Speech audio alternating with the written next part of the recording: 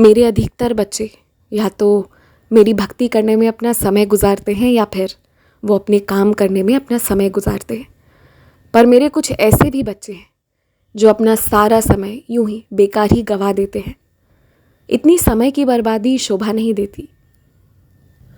तुम यदि मेरे सत्संग करना चाहते हो, मेरी चर्चाएं करना चाहते हो, तो उसका भी एक निश्चित समय होना चाहिए। ऐसा नहीं होना चाहिए कि दिन रात तुम सिर्फ बातों में ही लगा दो और फिर मेरे नाम पर टाल दो कि वो तो मैंने बाबा की बातें की। ऐसा नहीं होता है।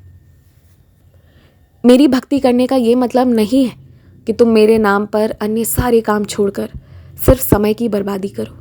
ये बिल्कुल गलत है और मैं इसमें फिर तुम्हारा साथ कैसे दूँ, तुम ही बताओ। अगर इस वक्त तुम्हें किसी अन्य चीज़ की ज़रूरत है तो मेहनत करो उसके लिए। ये अलग बात है कि मेरी कृपा होगी और वो तुम तक पहुंच जाएगा। देखो, मैं कभी क्रोधावस्था में आकर तुम्हें कुछ कह भी देता हूँ ना, फिर भी मैं तुमसे बहुत प्यार करता हूँ और तुम्हें खुश देखना चाहता हूँ, इसलिए हर वो चीज़ तुम्हारी ज़िंदगी में लाकर रख देता हूँ जिससे तुम्हें खुशी मिले।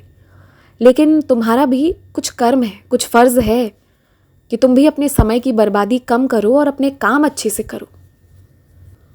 वो क्या है ना कि पहले तुम ऐसे मार्ग चुनते हो जो सबसे कठिन है, उस पर खूब सोच विचार करते हो और फिर सोच विचार ही करते रह जाते हो।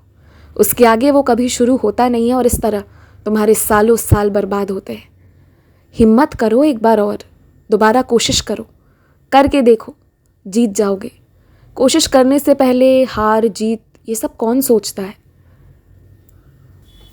खैर, अब से पहले जो गलतियां हुई वो हो गई, पर आज से वो गलती नहीं दोहराई जानी चाहिए।